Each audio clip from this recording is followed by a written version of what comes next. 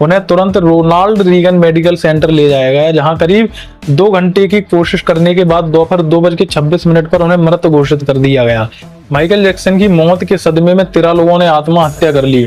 Suicide prevention hotline में उनकी मौत के अगले दिन ऑस्ट्रेलिया में 50 कॉल किए गए। वो लोग इतने सदमे में थे कि आत्महत्या करना चाहते थे। नमस्कार दोस्तों, माइकल जैक्सन इस दुनिया के इकलौते ऐसे कलाकार थे जिनकी मौत की खबर सुनकर 13 लोगों ने आत्महत्या कर ली थी और न जाने कितने लोग सदमे में चले गए थे। माइकल जैक्सन जीना तो 150 साल चाहते थे, लेकिन इत्तेफाकन सिर्फ 51 साल की उम्र में ही माइकल इस दुनिया से चल बसे। कुछ लोग इनकी मौत को हत्या के नजरिए से भी देखते हैं, क्योंकि 2010 में माइकल के पर्सनल डॉक्टर कोनराड मुरे को इनकी गैर इरादतन हत्या का दोषी पाया गया था, जिन पर बाद में केस भी चला था। दोस्तों, माइकल जैक्सन की प्रसिद्धि का अंदाजा आप सिर्फ इस बात से लगा सकते हैं कि एक बार शाहरुख खान ने उस जगह को चूम लिया था जहां पर माइकल जैक्सन खड़े थे।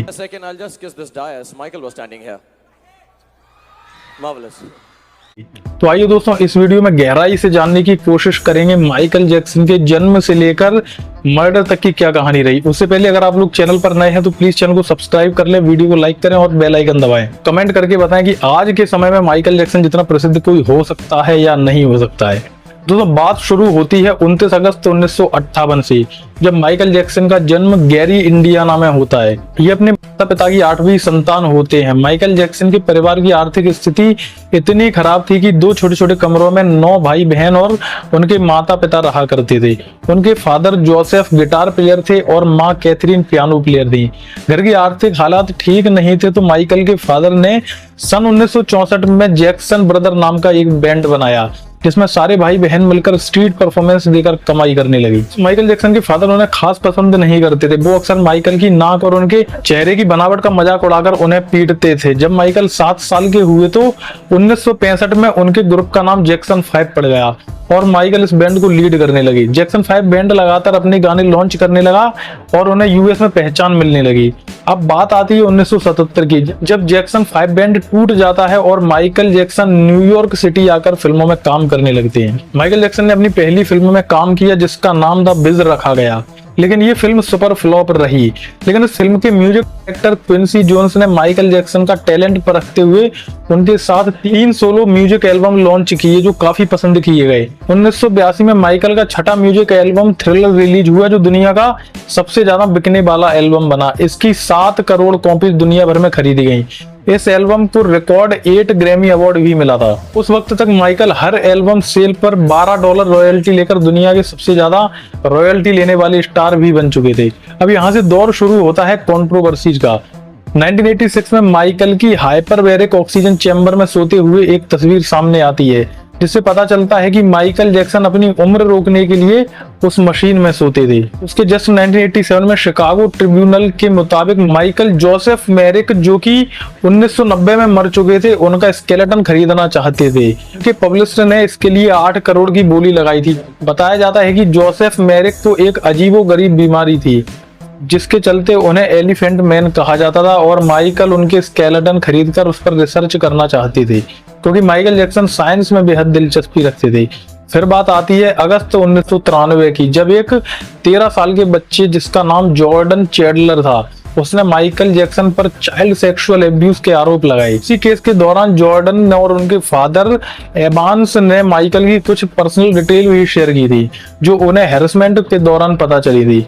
कुछ महीनों बाद सबूतों की कमी के चलते केस धीमा पड़ गया और इसी बीच माइकल ने कोर्ट के बाहर ही सेटलमेंट कर लिया। कहा जाता है कि सेटलमेंट में माइकल जैक्सन ने जॉर्डन को 188 करोड़ रुपए दिए थे। माइकल जैक्सन पर बनी एक TMZ चैनल की documentary who real killed Michael Jackson में दावा किया गया है कि माइकल ने ड्रग्स खरीदने के लिए 19 नकली आई कार्ड बनवाए थे। उनके पास पर्सनल डॉक्टर्स की एक टीम थी जो उन्हें तरह तरह के ड्रग्स का प्रिस्क्रिप्शन देते थे। माइकल के स्किन डॉक्टर अर्नोल्ड क्लेन एक डायरी भी मेंटेन किया करते थे, जिसमें इस बात को नोट किया जाता था कि किस आईडी से कौन सी दवा ली जा रही है। बिगड़ती तबीयत और छवि खराब होने के बीच माइकल जैक्सन ने एल्विस प्रेस्ली की बेटी लीजा से मई 1994 में शादी कर ली। कई लोगों का मानना था कि चाइल्ड एब्यूज केस से लोगों का ध्यान हटाने के लिए माइकल ने ये शादी की थी। दोनों की शादी ज्यादा नहीं चली और 19 महीने में ही टूट गई। तलाक के बाद माइकल ने हिस्ट्री एल्बम लॉन्च किया जिसने उनके पिछले सारे रिकॉर्ड भी तोड़ दिए। इस एल्बम को दुनिया भर में करोड़ों लोगों ने खरीदा। तलाक के बाद माइकल जैक्सन ने अपने स्किन डॉक्टर क्लेन की असिस्टेंट डेवी रोवे से दूसरी शादी कर ली। शादी के पहले ही डेवी 6 महीने की प्रेग्नेंट थी। 13 फरवरी 1997 को माइकल के पहले बेटे प्रिंस माइकल का जन्म होता है। माइकल की दूसरी शादी भी ज्यादा नहीं चली और सन 2000 में माइकल का दूसरा तलाक भी हो गया और $8 मिलियन का सेटलमेंट देकर बच्चों की कस्टडी माइकल ने ले ली। जब 2004 में माइकल पर दोबारा चाइल्ड एब्यूज का आरोप लगता है तो बच्चों की कस्टडी डेवी के पास चली जाती है।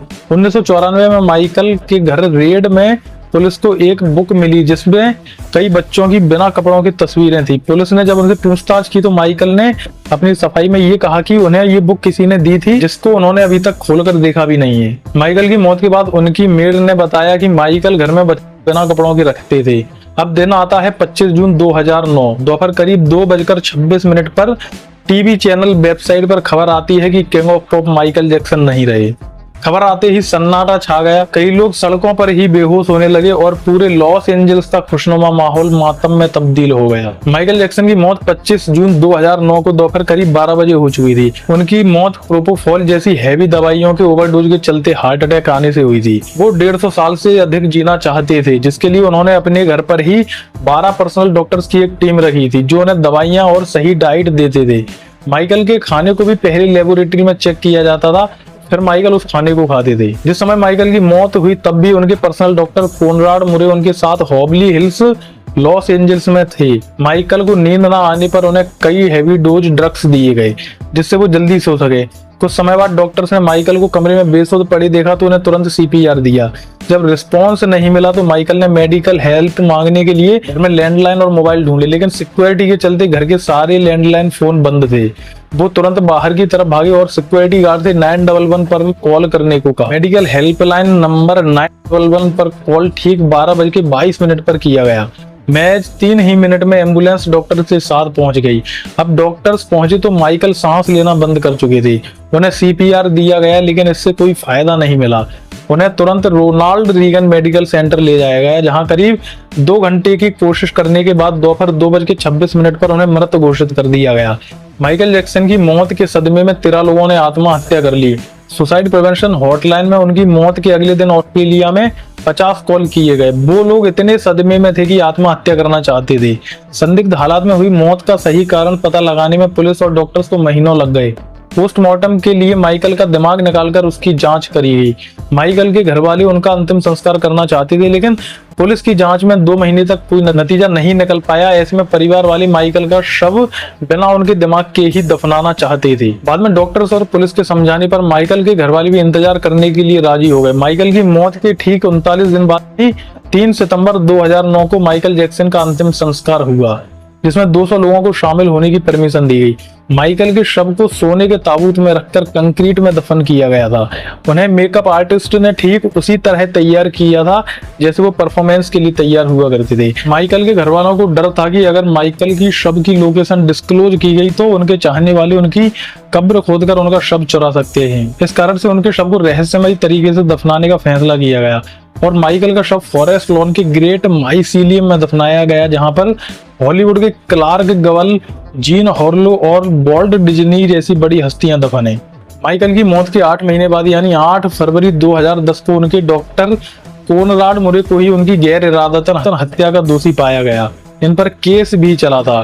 तो माइकल जैक्सन का ये भी मानना था कि दुनिया में एक ऐसा समय जरूर आएगा कि जब मरे हुए लोगों को जिंदा करना साइंस की मदद से पॉसिबल होगा।